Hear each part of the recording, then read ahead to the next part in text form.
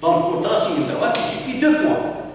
Donc, si j'ai IC égale 0, à ce moment-là, j'ai VCE est égal à VCC, qui est égal à 10 volts. Maintenant, si le VCE égale 0, à ce moment-là, j'ai le IC max, c'est VCC divisé par RE, qui est égal à VCC, c'est 10, divisé par RE, 10 ohms. Donc, je trouve le courant en ampères. D'accord? C'est 1 ampère ou bien 1000 ampères. Donc, je vais tracer cette droite de charge statique ici.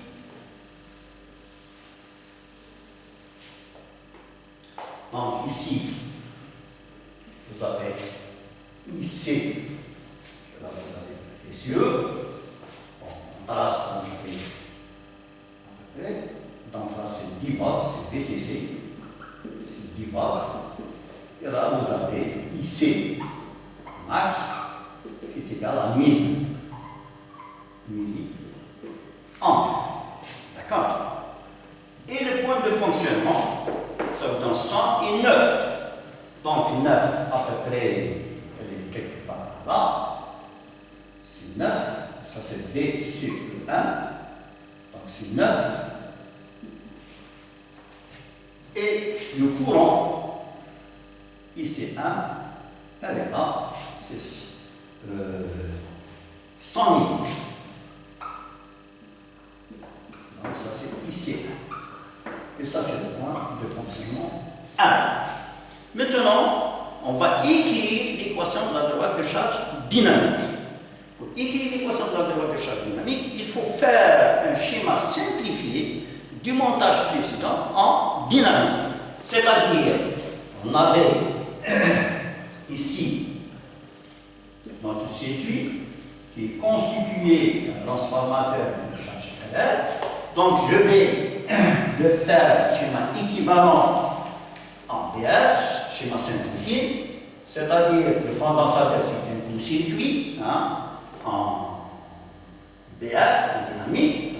Donc, je rappelle que ce condensateur a pour rôle d'empêcher la composante continue d'aller vers le générateur perturber son fonctionnement. Donc, là, vous avez R1 parallèle à R2, et puis vous avez le transistor, le schéma simplifié, et là, vous avez le RE, et là, vous avez le schéma équivalent de tout ça, c'est-à-dire la résistance ramenée à la charge, RCH, et là, vous avez VCE, et là, vous avez IC. Donc, on va écrire ici en fonction de VCE, IC égale, ici, je vais faire ça simple, parce que j'en ai besoin de cette place tout à l'heure. Donc, j'ai IC, donc j'ai VCE, plus RCH, plus RE fois IC égale 0. Pourquoi? Parce que ici, toutes les tensions se succèdent. C'est-à-dire là, le courant est dans ce sens, donc ça va être la tension ici. Et là, le courant est dans ce sens, donc la tension vers le haut. Donc j'ai ce vecteur plus ce vecteur plus ce vecteur égale 0. Donc à ce moment-là, j'aurai ici égale moins VCE divisé par RCH plus R. Donc, tel que IC égale IC moins IC1 et VCE égale à VCE moins VCE1. Donc, si je remplace ces expressions là, donc j'aurai IC moins IC1 égale à moins facteur de VCE moins VCE1 divisé par RCH plus R. Maintenant, je peux regrouper et fractionner. IC égale moins VCE divisé par LCH plus RE plus ICM plus, mois par mois, c'est plus VCEM divisé par LCH plus RE. Et là, c'est ce qu'on appelle l'équation de la droite de charge dynamique. Là, ce qu'on appelle l'équation droite de charge dynamique. Puisque là, vous avez ici, vous avez, ça c'est le A, ça c'est le X, et tout ça c'est le B. C'est une constante, c'est B, de la forme AX plus B. Donc, pour tracer cette droite de charge, il suffit deux poids. Donc, je vais prendre ici. Donc, vous avez IC, si IC égale 0, à ce moment-là, j'aurai VCE est égal à ICM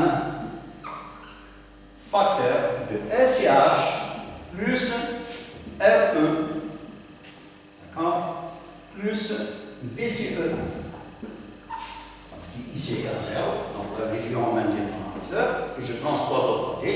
Donc, VCE égale ici 1 fois cette quantité plus 1. Maintenant, si VCE égale 0, à ce moment-là, j'ai le courant Imax est égal à ICM plus VCEM divisé par RCH plus RE. D'accord? Maintenant, on fait l'application numérique de ceci. Hein. Je vais faire l'application numérique de ceci pour pouvoir calculer cette quantité-là, cette quantité, et tracer ma droite de charge dynamique. Donc à ce moment-là, je vais faire une application numérique. Donc, application numérique. Donc, je calcule d'abord le LCH, parce que je ne l'ai pas. LCH est égal à RL divisé par M carré. D'accord?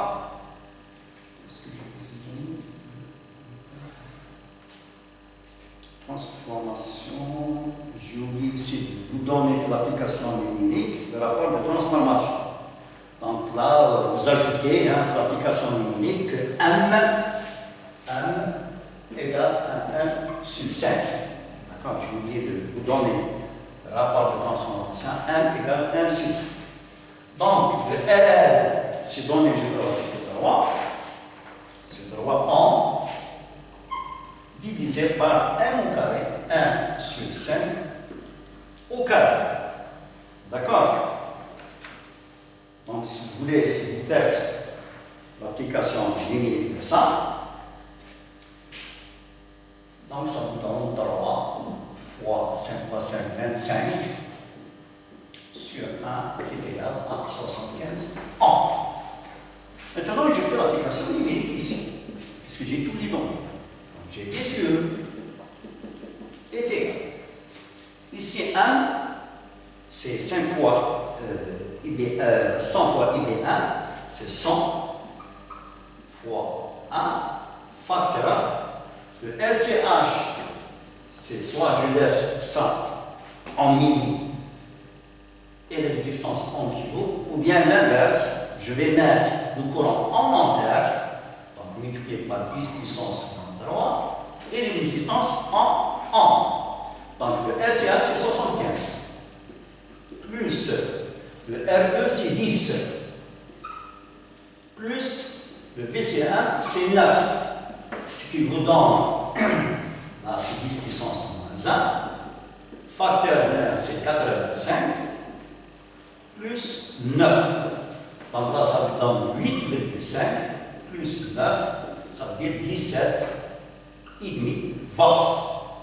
Donc ça, c'est le premier point. Maintenant, on va calculer le deuxième Imax. D'accord? Là aussi, vous avez Imax égal. Et ici, 1, c'est 100 000. Donc, c'est bêta fois 1, c'est 100. Plus le VCM, c'est 9. D'accord? Et là, je vais les résistances comme volts sur 100 ampères. Donc, pour pouvoir ajouter milli avec milli, donc il faut convertir.